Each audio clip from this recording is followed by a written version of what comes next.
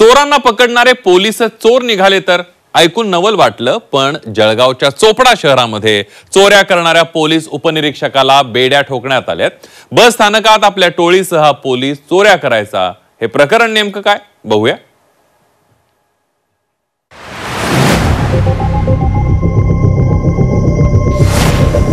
ऐकावं ते नवलच, चक्क पीएसआय निघाला चोर।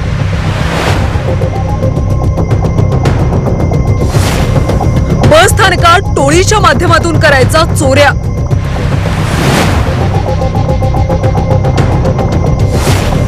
पाळत ठेवून चोर पीएसआयच्या मुसक्या आवळल्या। निवृत्तीला काही महिने बाकी असलेल्या जालन्यातल्या पोलीस उपनिरीक्षकाला चोरीच्या गुन्ह्यात जळगावात अटक करण्यात आली। हा पीएसआय टोळीसह बस स्थानकात जाऊन सोनसाखळ्यांची चोरी करायचा। चोपडा बस स्थानकात चोरी करून परत जात असताना जळगाव पोलिसांनी पाठलाग करत त्याला पकडलं।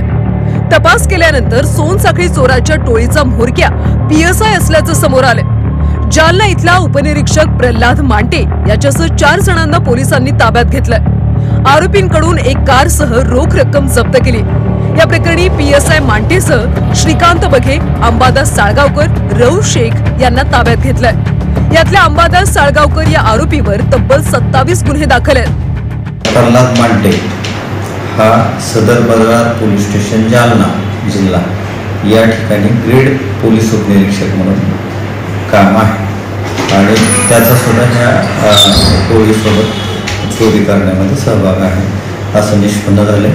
काल आपल्याकडं वसंत कोळी यांची फिर्याद घेऊन गुन्हा दाखल झालेला आहे, त्याच्यामध्ये त्यांना अटक केलेला आहे आणि आता आम्ही तपास करत आहोत की आणखी चोपड्यामध्ये किंवा आजूबाजूच्या परिसरात त्यांनी किती ठिकाणी असे चोरीचे गुन्हे केले आहेत। अटकेतील पोलीस उपनिरीक्षक प्रल्हाद पिरोजी मांटे हा राज्यभरातल्या बस स्थानकावर चोरीचं रॅकेट चालवत असल्याचा पोलिसांना संशय आहे। दरम्यान सेवानिवृत्तीला अवघे 3 महिने बाकी असताना पोलिसाचा हा कारनामा समोर आल्यानं खळबळ उडालीये। त्यातही बस स्थानकावरच्या चोरीच्या घटनांमध्ये त्याचा हातखंडा असल्यानं तो अनेक चोरांना प्रशिक्षण देखील देत असल्याची माहिती पुढे आली आहे। चोरांना पकडणारे पोलीस चोर निघाल्यानं सध्या जिल्ह्यात चांगलीच चर्चा रंगली आहे। वाल्मिक जोशी, झी24 तास, जळगाव।